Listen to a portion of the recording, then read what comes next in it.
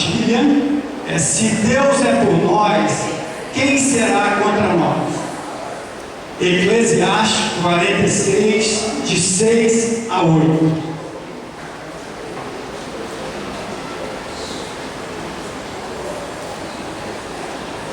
Para quem tem a Bíblia Ave Maria, está na página 929.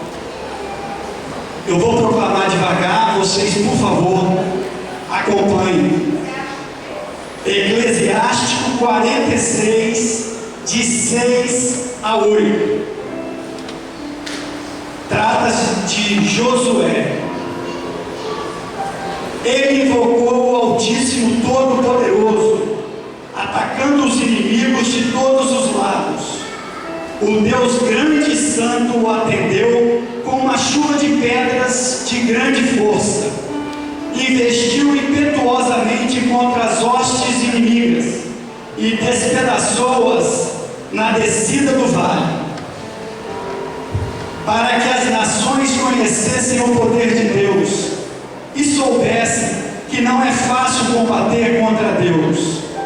Ele seguiu sempre o Todo-Poderoso. Palavras do Senhor. Meus irmãos, este tema, se Deus é por nós, quem será contra nós? É muito fácil a gente entender de que algo fora de nós é o nosso inimigo. Algo fora de nós, no exterior de nós, é o nosso inimigo. Pois eu vou mostrar para vocês, através da palavra, que o nosso inimigo está junto de nós. O nosso inimigo está rondando dentro dos nossos pensamentos e dos nossos corações. Agora, como pode acontecer uma coisa dessa? Sendo nós filhos de Deus, tendo o Espírito de Deus conosco, como pode também coatar algo de mal em nós? Eu vou levar vocês a Romanos 8, para vocês saberem o que o Paulo, que foi um grande apóstolo, disse a respeito disso. Romanos 7, de 18 a 20. Não precisa abrir, que eu vou proclamar com calma. Eu sei que em mim, isto é, na minha carne, não habito bem, porque o querer bem está em mim, mas eu não sou capaz de efetuá-lo. Não faço o bem que quereria, mas o mal que não quero. Ora, se faço o que não quero, já não sou eu que faço, mas sim o pecado que habita em mim. Isso Paulo nos diz. Vocês conhecem bastante a respeito de Paulo. Para ele falar que a carne está muito forte nele, imagina quão forte ela está em nós. Agora, por que Deus permitiu isso na vida da gente? Isso é decorrente de uma grande graça que Deus proporcionou a nós, que é nós termos a liberdade. Nós termos a liberdade. Nós somos livres. Mas olha o que nós fizemos com a nossa liberdade. Vamos lá em Romanos 1. Desde a criação do mundo, as perfeições invisíveis de Deus, o seu poder e divindade, se tornam visíveis à inteligência por suas obras, de modo que não se podem excusar. Porque conhecendo a Deus e as suas obras, não o glorificaram como Deus, nem lhes deram graça. Pelo contrário, extraviaram-se em seus vãos pensamentos, e se lhes obscureceu o coração insensato. Pretendendo-se sábios, tornaram-se estúpidos, mudaram a majestade de Deus incorruptível em representações e figuras de homens incorruptíveis, de aves, quadrúpedes e répteis. Por isso, Deus os entregou aos desejos dos seus corações.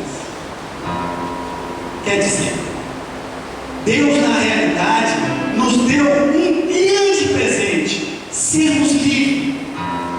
Porque se não fosse assim, de que valeria para ele receber o louvor de alguém que por ordem teria que louvá-lo? Se não fosse de livre e espontânea vontade. Então, essa grande graça, essa grande bênção que nos foi dada, nos foi concedida, o homem acabou deturpando a liberdade com libertinagem e começou a querer ser igual a Deus ou maior do que Deus. Começou a achar que o caminho dele, do homem, era sempre levar ao centro de si mesmo e não ao encontro de Deus. Então, voltando ao nosso tema, se Deus é por nós, quem será contra nós? Então, Paulo, com muita propriedade, deixou bem claro: nós temos duas orientações, uma para o bem, que nos foi dada por Deus, e uma para o mal, que é o pecado original do homem. Essa tendência que nós temos de querermos ser sempre melhor, de querermos sempre ter em vez de sermos. Aí, mais na frente, nos é colocado que o poder de Deus, nos concedido através do Espírito de Deus, nos leva e nos orienta para obras orientadas do Espírito de Deus, obras que nos levam ao encontro de Deus. Já a nossa carne, aquilo que Paulo disse, nos orienta e nos leva contra aos desígnios de Deus. Isso é importante, por quê? Porque nós estamos aqui buscando alguma coisa. Nós estamos aqui para louvar, agradecer, mas também queremos algo, precisamos, seja para nós, seja para alguém de nossa família, nós estamos buscando. E muitas vezes a gente reclama que a graça não chega. Por que será que a graça não chega?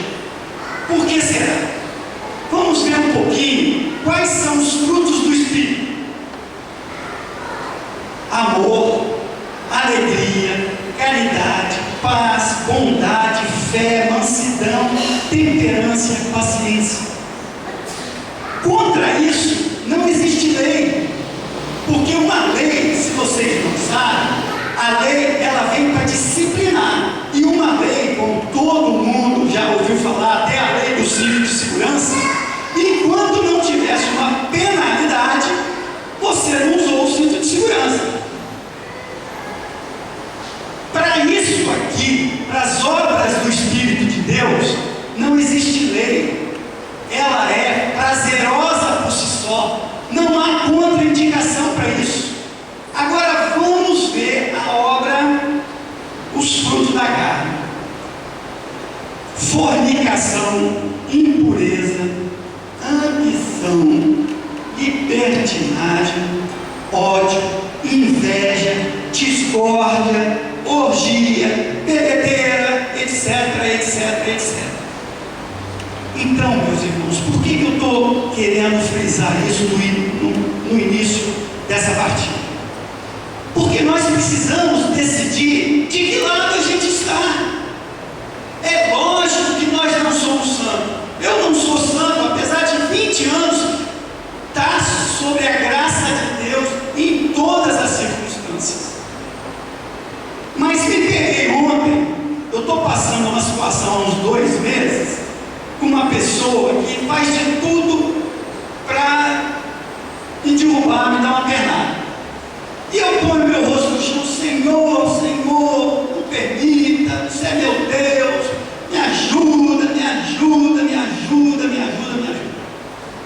Lá no fundo, sabe o que eu queria até ontem? Eu que queria mesmo que Deus desse uma bela de uma cacetada na pessoa para depois olhar para ela e falar, né? Bem feito. Isso é fruto da carne ou é fruto do Espírito? Carne. Eu estou querendo falar isso para vocês para mostrar que o nosso processo do fruto do Espírito, ele vai durante toda a nossa vida evoluindo. Deus vai nos lapidando gradativamente. Pensa bem, eu era drogado, usava cocaína, bolinha, maconha. E aí um belo dia eu falei, poxa, coisa não estava boa. Falei, vou fazer o seguinte, eu vou largar a cocaína, que é um produto químico, mas eu vou ficar com a maconha, porque a maconha é natural. É natural. Vocês podem achar isso um absurdo, mas para mim foi uma grande evolução. Isso foi Deus já me lapidando, me preparando, mostrando para mim que, olha, o caminho é esse, para com isso aqui. Aí eu parei com a cocaína. Aí depois eu comecei a fumar um baseado com os meus amigos e comecei a ficar muito triste. Eu falei, pô, mas que coisa, fumar um baseado para ficar triste? Pô, vou parar com o baseado. Aí parei com o baseado. O que foi isso? Foi Deus me lapidando. Mas aí tinha cervejinha. Pô, cervejinha agora, todo mundo bebe. E tome cerveja, tome cachaça, tome. Até que um belo dia eu estava lá na Barra, saí com um amigo, doidão de moto, muito doido, eu e ele querendo ficar mais doido, ele falou, Flávio, você leva a moto. Aí, conclusão, eu tinha que pelo menos diminuir dali em diante, né? Naquele momento, a gente na beira da praia, um amigo que eu nunca falei de Deus, na realidade, naquela época eu falava de Deus e nada, olhando, sentando para o mar, tomando um coquinho de cachaça, que desenterra, coco, cachaça dentro. Eu cheguei para ele e falei assim, Lolo, eu estou sentindo que Deus vai fazer uma coisa na minha vida. É como se ele enfiasse a mão pela minha goela, pegasse a minha alma e virasse do avesso. E voltei a falar da cachaça. Ou seja, aquilo não fui eu que vi. Foi o Espírito de Deus falando. Na volta sofremos um acidente grave, minha vida mudou. Quando eu cheguei em casa, abri a Bíblia, estava escrito assim, Deus castiga aquele que ele muito ama. Eu falei, chegou minha vez. Estou falando isso para você não se preocupar na situação que você está, a situação de pecado. Os frutos da carne vão me acompanhar do jeito que acompanhou Paulo a vida inteira. Vai te acompanhar, porque nenhum de nós é santo. Mas, no entanto, nós temos que nos esforçar, nós temos que colocar na cruz de Cristo, junto com a morte dele, os nossos pecados, os nossos desejos impuros, e deixar que Deus faça a obra, vá mostrando para você qual que ele quer que você deixe hoje. Por quê? O que é pecado para mim pode não ser para você. Por quê? Eu cheguei um dia à conclusão que cocaína era pecado, mas maconha não era. Ou seja, Deus vai trabalhar você. Agora, o que Ele quer de você? Ele quer ser centro da sua vida. Ele quer fazer aquilo que eu falei que Ele ia fazer comigo naquele dia. Ele quer virar, enfiar a mão na sua goela, pegar a sua alma e virar do avesso.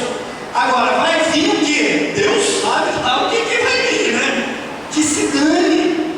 Ele quer que você se entregue do jeito que Se você fizer isso, a vitória é certa. Ele quer se manifestar na sua vida, mas ele precisa de um terreno já semeado. E como é que você pode semear esse terreno? É começando a meditar a palavra de Deus. É começando a entender que a gente fala mal do outro, nós estamos fazendo mal para nós, não é para o outro. Porque o maior de todos os mandamentos de Deus é amar uns aos outros. Então, olha o pecado que eu estava cometendo até ontem. Olha o pecado que eu estava. Só tomei consciência ontem, porque até anteontem eu era vítima. Ou seja, Deus lançou mais uma vez uma luz sobre um outro pecado meu. E vai fazendo isso todos os dias de minha vida, de sua vida. Mas para ele se manifestar, ele quer saber o seguinte: você está dentro ou você está fora? Você quer ou você não quer? Porque é muito comum também a gente querer que Deus haja nesse canto da minha vida. Mas nesse aspecto aqui, eu quero que eu seja o Senhor disso aqui. Isso aqui está dominado, mas aqui não. Ali eu preciso de Deus, aqui eu não preciso. Na hora de eu pecar, eu não quero que Deus olhe por mim. Mas na hora que eu estiver apertado, eu quero que Ele me socorra. Na hora que eu preciso do perdão dele, eu quero que Ele me conceda. Eu não perdoo o meu irmão. Ora, esta palavra hoje, ela veio num momento muito oportuno, que é o nosso momento da quaresma. Na quaresma, eu tenho mais escutado no meu ouvido, vindo diretamente, tirando da palavra, das homilias na igreja, é que Deus quer que a gente perdoe nossos irmãos, que a gente pare de picuinha, que a gente se volte para Ele, para esse centro. Ele é o centro, não eu não sou nada. Quanto menos eu for, mais o meu terreno vai estar semeado para a graça de Deus vir.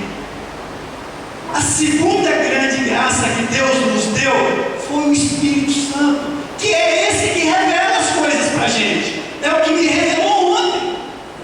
Flávio, você está errado. Você vai ficar ajoelhado pedindo, nunca vai. Por quê? Porque você, na realidade, você quer que a outra se dane. Você quer espizinhar a outra também. Muda seu foco. Tire o foco do seu problema. É muito comum a gente só olhar a nossa doença, o nosso filho drogado, o nosso problema financeiro, da hora que acorda até a hora que dorme. Aí chega na hora que acorda, 5 minutinhos, reza a Deus e entrega o problema para Deus. Aí fica 12 horas alimentando aquele monstro do problema. Chega na hora de dormir, mais 5 minutinhos, pede a Deus. Ora, o que nós estamos falando? Fazendo durante o dia inteiro? Entregando? Não, nós estamos aumentando o nosso problema. Nós temos que mostrar, o nosso foco tem que ser o seguinte: eu tenho um problema, todos nós temos, mas eu tenho um Deus soberano que me ama infinitamente e que vai fazer, brigar, lutar por mim. Nós temos que ter essa certeza. É isso que vai fazer mudar a sua vida, seja lá no que você tem que buscar. É ter a certeza. Não pode haver dúvida, porque na dúvida a carne age. Na dúvida a carne age. Nós precisamos a cada dia rezar, orar e pedir a Deus para que cada vez mais Ele cresça em nós e que nós diminuímos. Nós precisamos diminuir, porque nós é o nosso ego, aquilo que o mundo oferece caminho demais. Não adianta, se você acha que você vai ser feliz porque comprou o carro mais caro do mundo, não vai, porque aí você vai querer comprar um helicóptero, porque isso é uma fraude, isso é uma mentira. Se você quer ser feliz,